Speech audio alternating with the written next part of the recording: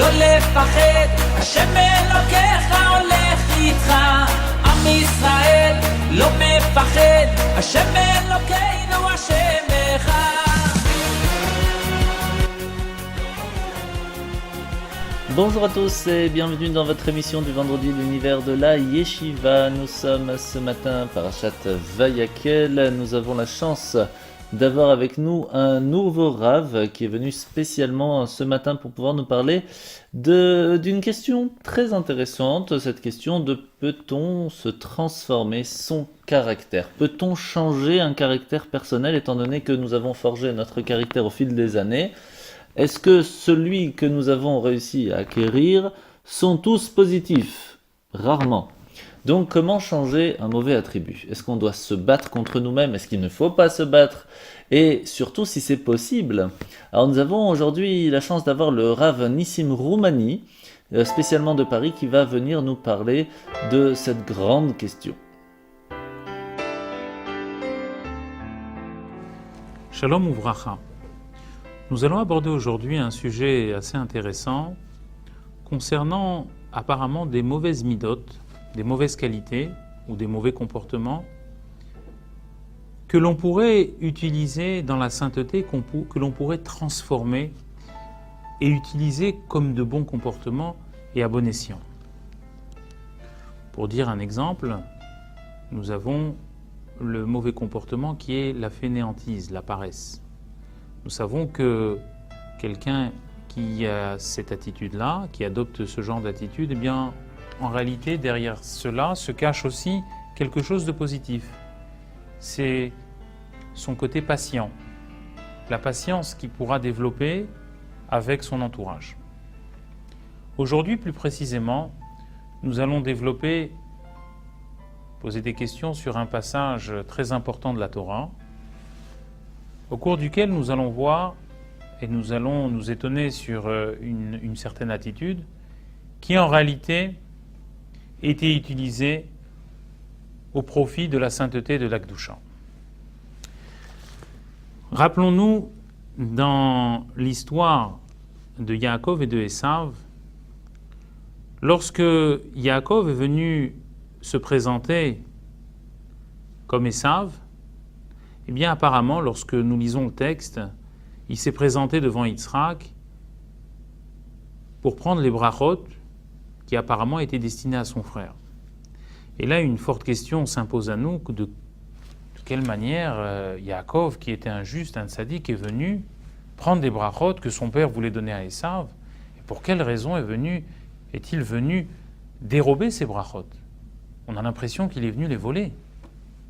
Est-ce possible de dire que Yaakov est venu dérober ses brachot à son frère Esav?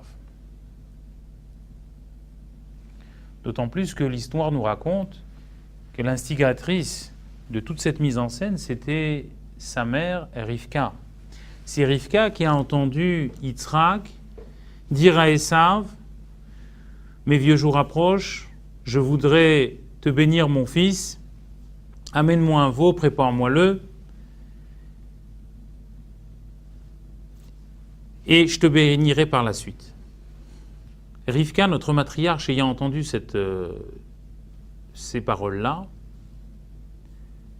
elle s'est dit dans son fort intérieur que ces brachot, ces bénédictions, uniquement Yaakov les mériterait, puisque Yaakov était vraiment intègre et juste.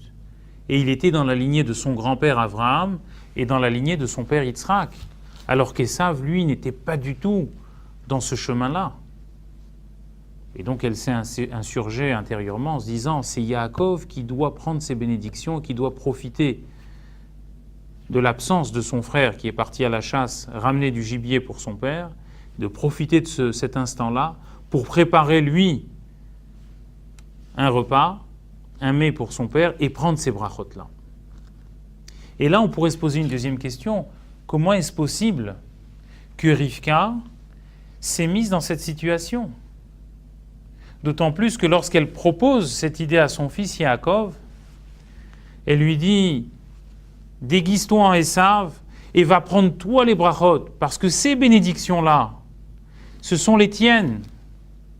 Et Yaakov a eu peur, il lui a dit: mais maman, si je vais prendre ces bénédictions, ce n'est pas des bénédictions que je vais recevoir, c'est des malédictions, que Dieu nous en préserve.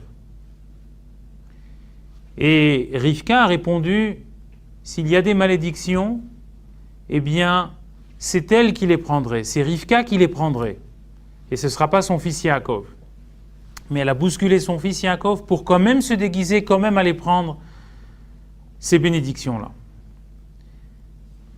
Sur ce passage, on pourrait soulever une question très importante. C'est rapporté dans la Gemara que lorsqu'un tzaddik, eh bien, prononce une malédiction, même chinam, même gratuitement sur quelqu'un, alors que cette personne n'a commis aucune erreur, mais si un tzaddik prononce une parole de malédiction sur quelqu'un, eh bien, cette malédiction s'abat sur la personne. Et donc, comment se fait-il que Rivka a voulu se mettre en danger au prix de recevoir une malédiction qui, dans notre cas précis, était justifiée parce qu'elle a déjoué le plan de son mari, elle a fait passer Yaakov pour Esav, mais pour quelle raison elle a foncé et elle a voulu, malgré tout, que son fils Yaakov, au prix de recevoir, que Dieu nous en préserve, une malédiction. Et d'ailleurs, on va rapporter ce passage de la Gemara dans le traité Makot. Eh bien, on nous rapporte que David Amelech, à un moment de son existence, il a voulu procéder à des fouilles comme on les appelle aujourd'hui, des fouilles archéologiques. Et il a creusé à l'endroit du Beth Amikdash. Il a creusé profondément. Et là, il a entendu une voix céleste qui lui a dit « Arrête de creuser, il ne faut pas aller plus loin ». Malheureusement, David Amelech, la Gemara nous raconte qu'il a quand même poursuivi ce travail, il a continué à creuser, et à ce moment-là, des eaux profondes ont commencé à surgir de cet endroit-là, et à menacer d'inonder tout l'entourage, la ville de Jérusalem, la terre d'Israël. Et là, David Amelech était désemparé. Il ne savait plus quoi faire pour arrêter cet éboulement, pour arrêter en quelque sorte ce petit déluge. C'est à ce moment qu'il a réuni toute sa cour royale et il a demandé à tous ceux qui avaient une idée comment arrêter ce danger qui menaçait le pays, qui menaçait tant de juifs, eh bien celui qui avait une idée, qu'il l'a donnée tout de suite. Et la Gemara explique là-bas que celui qui avait une idée pour pallier à ce danger, même si il donnait sa réponse, de là-bas on développe l'idée que Kilelat Chinam Ba'a, c'est-à-dire que la malédiction gratuite, eh bien elle peut s'abattre sur quelqu'un. C'est ce qu'on développe là-bas. Pour quelle raison? Puisqu'on voit qu'un des conseillers qui s'appelait Achitophel un des conseillers de David Amelech est venu le voir et lui a dit « J'ai la réponse et je pense que j'ai la solution et en faisant ce que je vais te dire, eh bien, on va arrêter ce danger, on va arrêter cette profusion, cette diffusion d'eau qui menace de noyer le clan Israël. » Et malgré tout, on va bien entendu développer la solution, mais malgré tout, ce qu'on voit, c'est qu'il a quand même donné la solution. Et que lorsque David Amelech a demandé celui qui a une solution et qui ne la dit pas, eh bien, il sera maudit.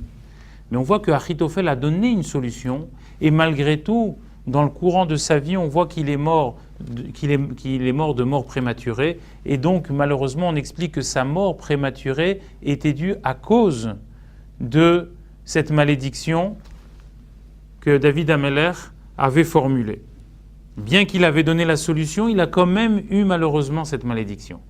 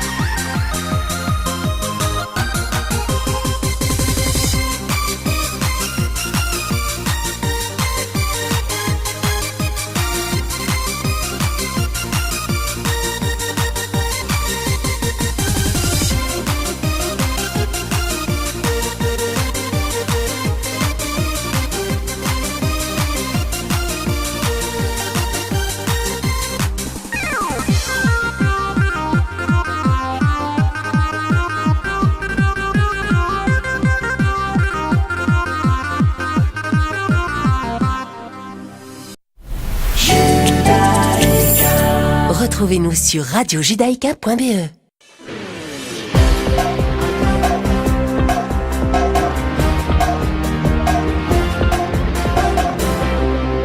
Nous revoilà sur Radio Judaïka. Nous sommes ce matin avec le Rav Nissim Roumani, avec lequel nous avons cette question: peut-on changer un caractère? Et il nous a ramené l'histoire de Achitophel avec le roi David, qui avait en fin de compte reçu une certaine certaine malédiction qui avait fait que sa vie soit un petit peu plus courte. Et la question, bien sûr, c'est qu'est-ce qui a bien pu se passer à ce moment-là et quel rapport avec le caractère? Nous allons comprendre la réponse tout de suite. Qu'est-ce qu'il a proposé à David Amelech? Il lui a dit: si le bon Dieu, lorsqu'il y a un différend entre deux couples, et là on va rappeler l'histoire de la sota. Vous savez que lorsque un mari soupçonne sa femme de s'isoler avec quelqu'un et qu'il lui recommande de ne pas s'isoler, eh bien si jamais elle avait fait cette chose-là, sans rentrer trop dans les détails de cette paracha-là, c'est qu'au bout du compte, elle se présentera devant le Kohen au Beth Amikdash et on lui fera avaler une potion, une espèce de potion magique, c'est-à-dire de l'eau, un certain produit dans lequel, eh bien, on aura écrit le nom de Dieu sur un parchemin, on aura pris ce parchemin et on l'aura trempé dans l'eau. Et à ce moment-là, la femme boira toute cette quantité d'eau avec ce parchemin et ces lettres qui se sont effacées. Et si la femme n'a pas fauté, eh bien, elle restera intègre. Si elle a fauté, à Dieu ne plaise, on nous raconte que son ventre éclatera, etc., etc. Et là, Achitophel a dit à David Amelech: tu sais, si le bon Dieu, il a permis d'effacer son nom, Yud-Ke, Vav-Ke, le tétragramme, il a permis de l'effacer pour sauver un couple du peuple juif, à plus forte raison que sinon on jettera le Yud-Ke, Vav-Ke dans cet endroit où l'eau, elle jaillit, elle menace d'inonder tout le clan d'Israël, eh bien, à plus forte raison que Akadosh Baruch Hu arrêtera cette menace et arrêtera ce danger. Là, David Amelech a dit que la solution était magnifique et que Achitophel avait trouvé la manière dont arrêter ce danger. Et c'est ce que David Amelech a fait. Il a jeté le parchemin avec le nom de Dieu et l'eau s'est automatiquement arrêtée. Mais comme nous l'avons dit, malheureusement, bien que Achitophel, le conseiller de David Amelech, lui a donné la solution, eh bien malheureusement, il est mort d'une mort prématurée parce que David Amelech avait dit: celui qui connaît une solution qui ne la donne pas, il sera maudit.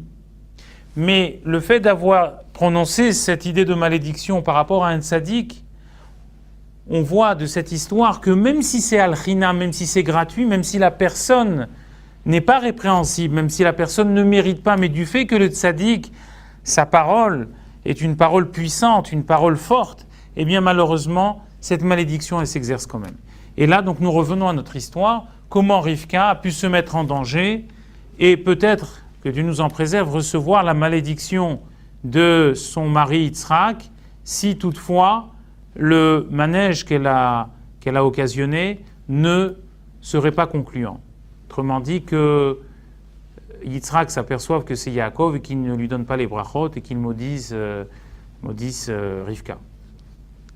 Pour répondre à cette question, en fait, il faut revenir à un commentaire chassidique qui nous ramène l'origine et la source du comportement de Yaakov. En fait, dans cet écrit chassidique, on nous explique que Rivka était une prophétesse, était notre matriarche, la femme d'Yitzhak. Et elle a eu la prophétie suivante, c'est que son fils Yaakov était la réincarnation de Adam Arishon, était ce qu'on appelle le Gilgul, et qu'il avait le devoir dans ce monde-ci de faire réparation de l'acte répréhensible qu'avait effectué Adam Arishon. Qu'est-ce qu'avait fait Adam Arishon? Adam Arishon devait accomplir une seule mitzvah, un seul commandement de Dieu, de ne pas consommer du fruit défendu.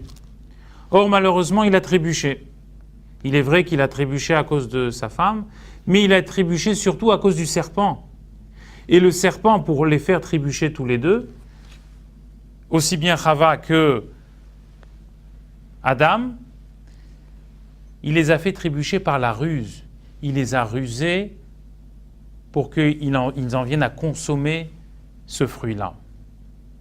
Or, Yaakov, lui, c'était la réincarnation de Adam Arishon. Adam Arishon, quand il est tombé dans cette erreur avec le serpent, eh bien, il a malheureusement mérité que des malédictions. Pour lui, pour sa femme, pour la suite des générations, pour réparer ces malédictions et refaire venir des étincelles positives de Gdusha, de sainteté, il fallait utiliser le principe de l'antidote. Vous savez que lorsqu'on est piqué par un serpent, pour se guérir de ce poison mortel qui provient du serpent, eh bien, il faut reprendre le même ingrédient et le refabriquer d'une certaine manière, comme les médecins et les chirurgiens savent bien la chose technique, et donc reprendre du même ingrédient, mais le mettre en antidote. Et là, c'est exactement ce que Rivka a demandé à son fils Yaakov de faire. Toi, maintenant, tu es la réincarnation d'Adam Arishon, tu dois récupérer des étincelles divines, tu dois récupérer des bénédictions, contrairement aux malédictions qui ont été données à Adam Arishon. Pour récupérer ces bénédictions, il faut que tu utilises le principe de l'antidote, que toi aussi tu ruses les forces du mal pour récupérer ces étincelles de Gdusha, pour récupérer ces lumières divines, ces bénédictions divines. Et cette ruse, c'est justement ce déguisement, se déguiser dans la peau des saves. Et c'est ça, ce dont Rivka a proposé à son fils, mais elle avait la prophétie. C'est la raison pour laquelle elle s'est mise en danger, même au prix de recevoir une malédiction, même gratuite, de son mari. Et même si elle n'était pas gratuite, justifiée. Pour quelle raison? Parce qu'il fallait que Yaakov, son fils, saisisse la balle au vol et ramène ces étincelles de Gdusha dans le monde. Et c'est pour ça qu'elle a propulsé, qu'elle a fait Messirut Nefesh, qu'elle a mis sa vie en danger. Et donc c'est ce qui s'est passé, c'est ce qu'elle a demandé à Yaakov. Et en réalité, ces bénédictions, Yaakov ne les a pas dérobées, il ne les a pas volées. Il les a juste repris par la ruse, parce qu'en réalité, ces bénédictions, elles lui étaient destinées.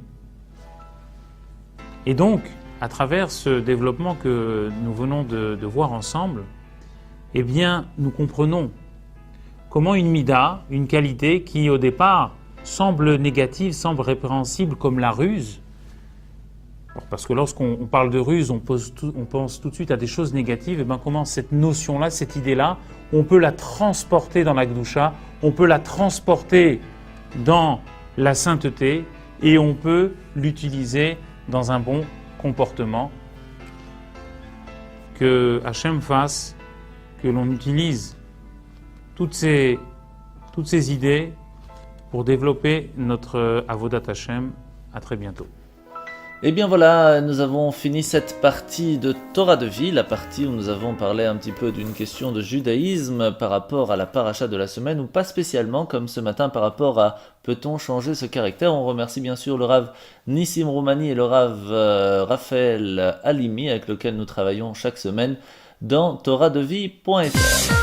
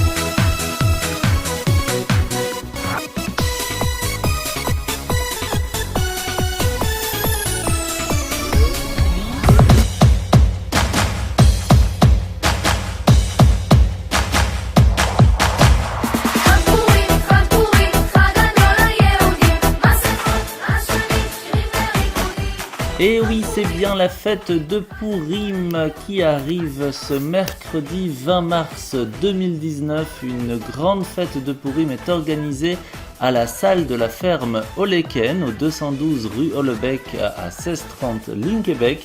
Et ce sera donc mercredi 20 mars 2019 à 18h15 avec un grand spectacle de marionnettes de Moïchele Animation qui viendra spécialement de Paris pour vous, parents et enfants. La lecture de la Megillah sera à 19h30 suivie du buffet de Pourim. L'entrée, le spectacle, la lecture, le buffet, tout est gratuit, venez en profiter et vous pouvez toujours avoir des renseignements au 0484 969 303. Je vous rappelle donc la grande fête de Pourim, mercredi 20 mars 2019, 18h15, spectacle de marionnettes, 19h30, lecture de la Megillah suivie du buffet. Pourim Sameach.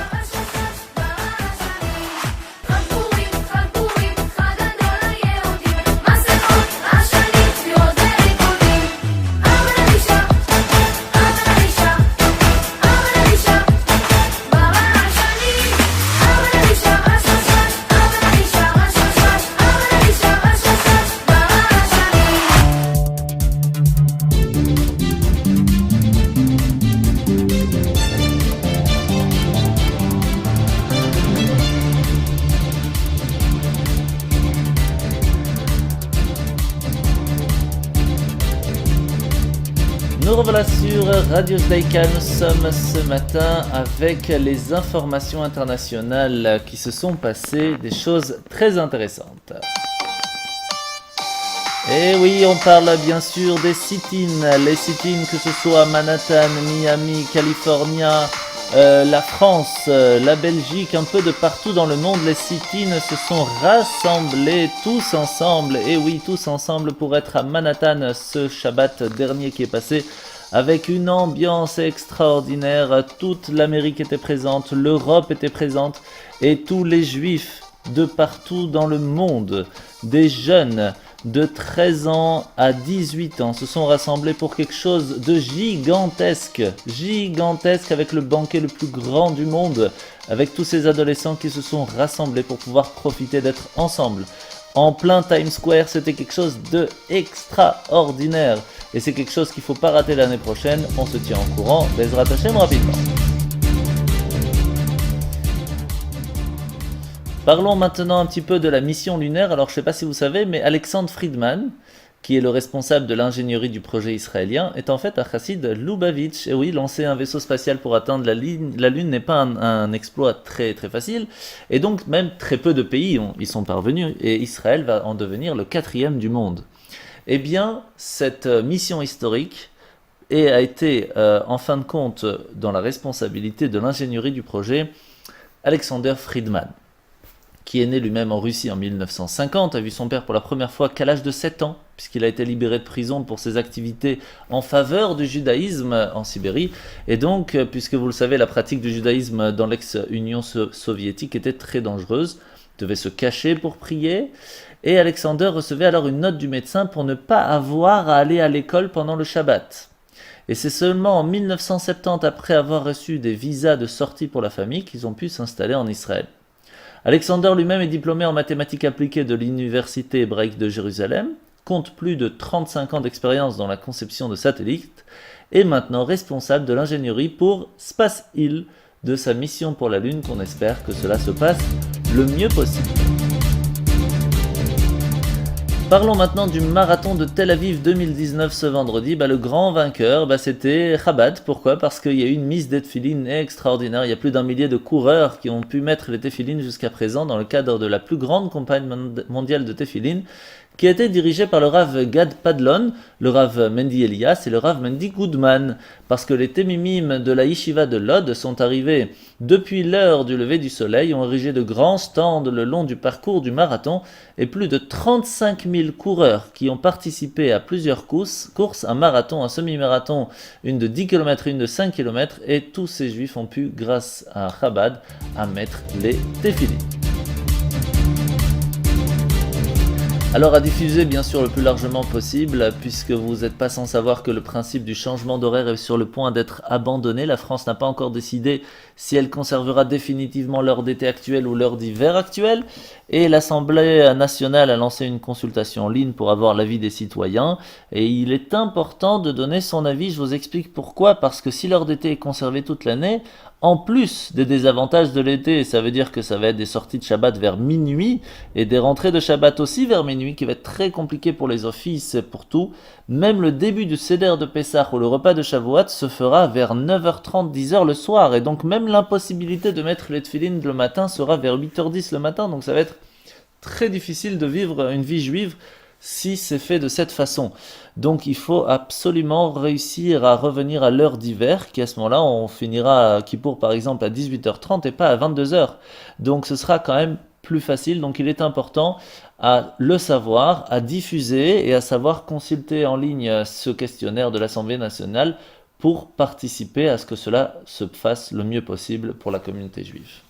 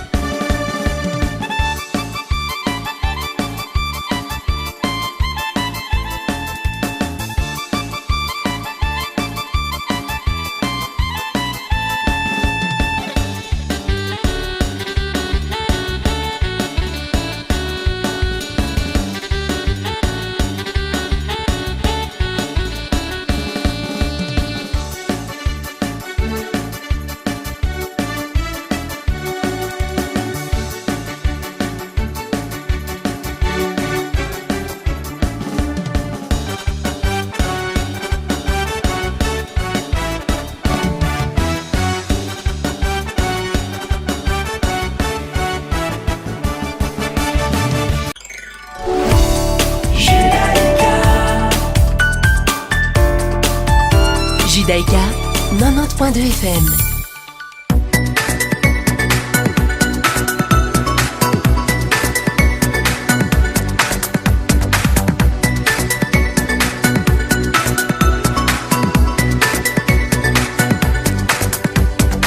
Voilà, sur Radio Judaïka, nous sommes ce matin Parashat Vayakel. Alors la Parashat Vayakel de ce Shabbat, c'est l'histoire de Moshe qui va rassembler le peuple, va renouveler le commandement d'observer le Shabbat. Pendant 6 jours, le travail sera fait, et le 7e jour sera saint pour vous, un repos complet pour Dieu.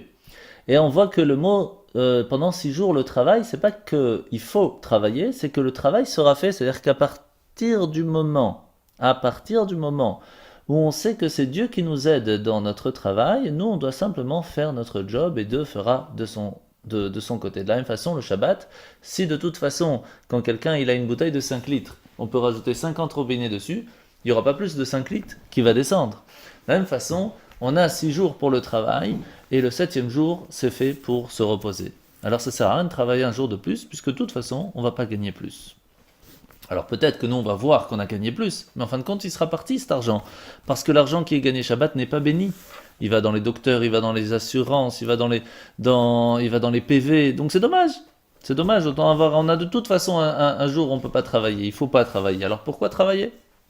Et c'est pour cela que une des choses les plus importantes que la paracha nous apprend, c'est ça. Après, le peuple va donner en abondance les matériaux nécessaires. Pourquoi ? Pour pouvoir construire la synagogue qui était à ce moment-là le temple, le mini-temple, le sanctuaire, le tabernacle, au point où Moshe et Moïse va donc proclamer dans le camp « Stop, arrêtez d'apporter des dons ». Et c'est une équipe d'artisans au cœur inspiré qui va construire le tabernacle, qui va fabriquer les ustensiles comme on l'avait détaillé dans les précédentes parachutes, Troumat et Tzavé Kitissa. Les tentures vont être attachées avec des agrafes d'or, des poutres en bois de chittim recouvertes d'or, les socles en argent.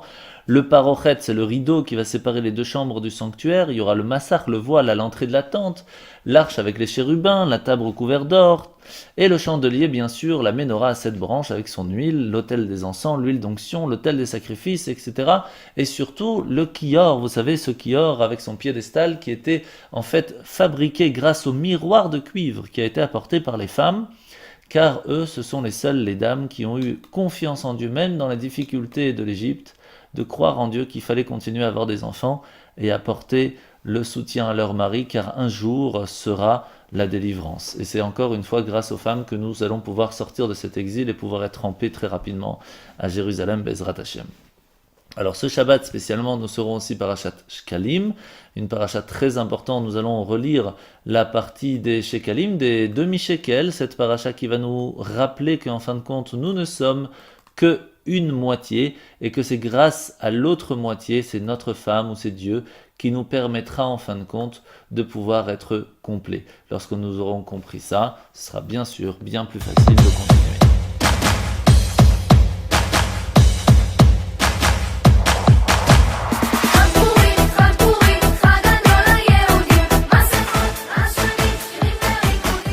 Et oui, c'est bien la fête de Pourim qui arrive ce mercredi 20 mars 2019. Une grande fête de Pourim est organisée à la salle de la ferme Oleken, au 212 rue Hollebeck à 1630 Linkebeck. Et ce sera donc mercredi 20 mars 2019 à 18h15 avec un grand spectacle de marionnettes de Moïchele Animation qui viendra spécialement de Paris pour vous, parents et enfants. La lecture de la Megillah sera à 19h30, suivie du buffet de Pourim. L'entrée, le spectacle, la lecture, le buffet, tout est gratuit, venez en profiter. Et vous pouvez toujours avoir des renseignements au 0484 969 303. Je vous rappelle donc la grande fête de Pourim, mercredi 20 mars 2019, 18h15, spectacle de marionnettes, 19h30, lecture de la Megillah suivie du buffet. Pourim Sameach.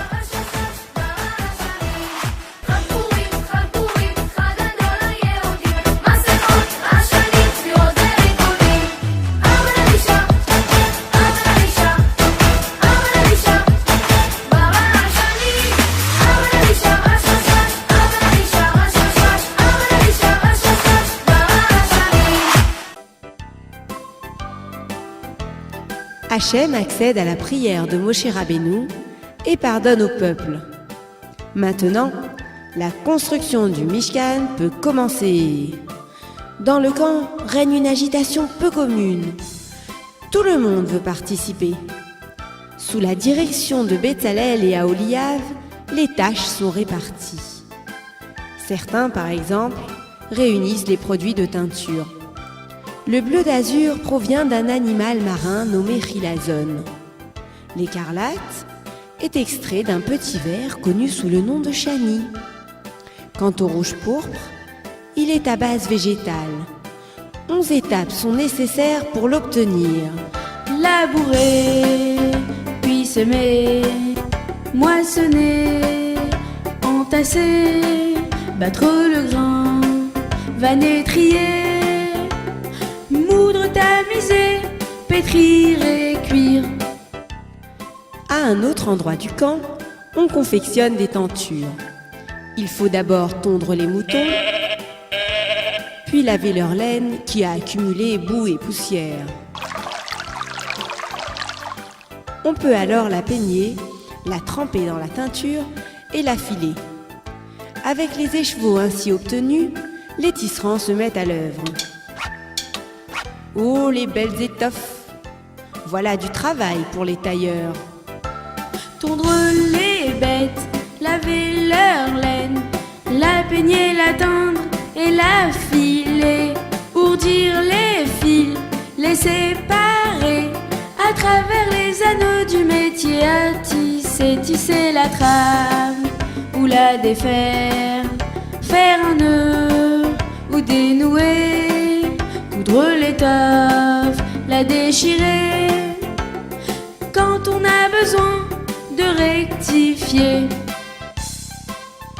Un peu plus loin, on prépare les pots qui recouvriront le Mishkan. Avec les animaux que les éleveurs apportent et ceux que les chasseurs ont capturés, les tanneurs ont fort à faire. Capturer un animal, l'abattre et le dépouiller, tanner sa peau, la racler, y tracer une forme, la découper. Les scribes sont mis à contribution. Ils marquent les piliers en bois de chittim, qui doivent toujours être montés dans le même ordre. Les forgerons sont aussi de la partie. Ils allument de grands feux pour y faire fondre les métaux. Chacun achève son ouvrage et le porte en triomphe auprès de Moshe Rabbeinu. Écrire de lettres, les effacer, afin de recommencer, assembler pour bâtir, détruire pour mieux reconstruire, éteindre un feu quand on veut, obtenir du charbon de bois, allumer un feu ou achever la fabrication d'un objet quel qu'il soit, emprunter la voie publique pour acheminer les piliers, réunir sur la grande place les matériaux que chacun a apportés.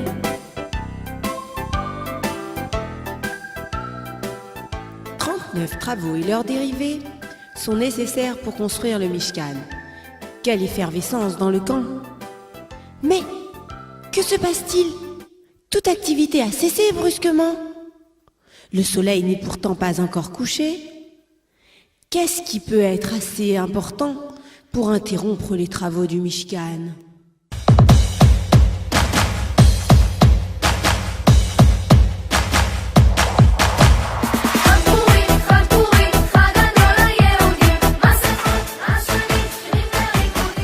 Et oui, c'est bien la fête de Pourim qui arrive ce mercredi 20 mars 2019. Une grande fête de Pourim est organisée à la salle de la ferme Oleken, au 212 rue Hollebeck à 1630 Linkebeck.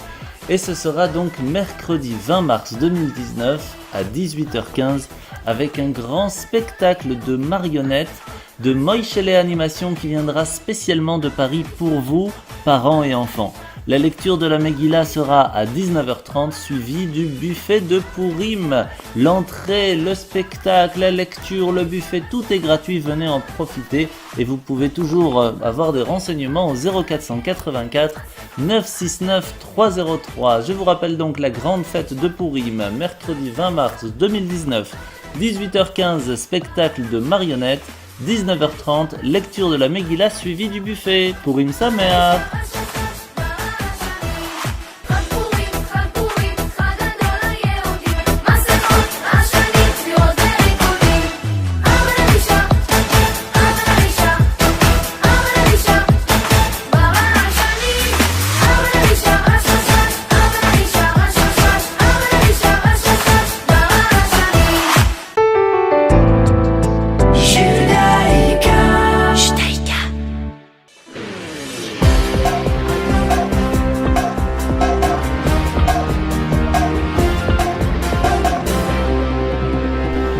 Voilà, c'est ainsi que finit notre émission ce matin. Je vous rappelle que nous sommes un Shabbat spécial, le Shabbat Shkalim, un Shabbat où on permet de recevoir des forces, que ce soit pour soi-même, pour son couple, pour sa femme, pour sa famille, puisqu'il est important de venir écouter la partie du demi-shekel que nous lirons ce Shabbat. Donc c'est un Shabbat très spécial, sans compter que nous sommes aussi le Shabbat qui va bénir le mois prochain, le mois de Purim, le mois qui protège le peuple juif.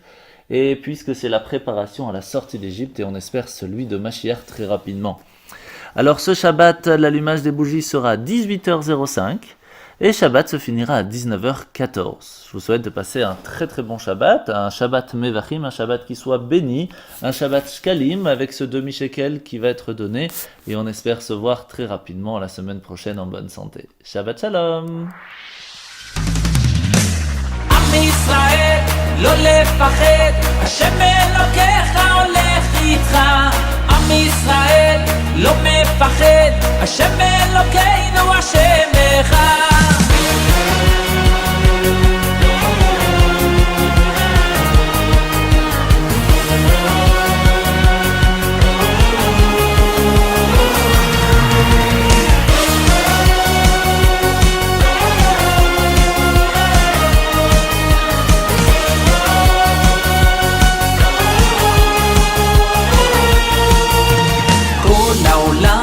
גשר צר, והעיקר לא לפחד כלל, ומלמעלה הוא שומר, צר ואויב לא יתקרב, אח לאח ויד ביד, ישראל זה עם אחד, ומלמעלה הוא עוזר, שומר שומר ישראל.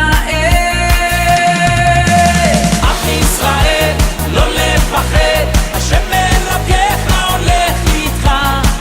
ישראל לא מפחד, השם אלוקינו השם אחד. עם ישראל לא לפחד, השם אלוקיך הולך איתך. עם ישראל לא מפחד, השם אלוקינו השם אחד.